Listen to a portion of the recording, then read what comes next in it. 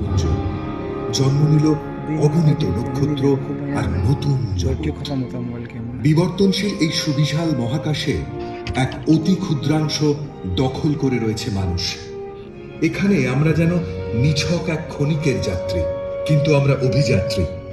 বুঝতে চাইছি মহাকাশের চির পরিবর্তনশীল প্রকৃতিকে।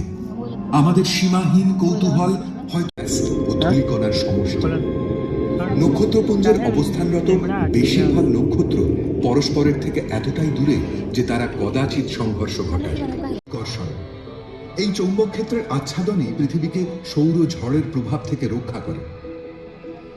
এই ঝড়ের কিছু কণা সেই আদিকালে আমাদের সৌরজগতে ভেসে বেড়াতো অসংখ্য পাথর। কেউ ছিল অতিকায় গ্রহ আকারের, অনেকেই আকর্ষিত হচ্ছিল পৃথিবীর দিকে। একটি এসে পড়ল বড্ড কাছে।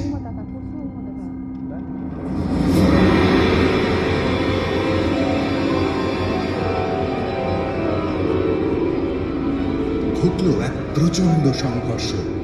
পৃথিবীর একাংশ উৎক্ষিপ্ত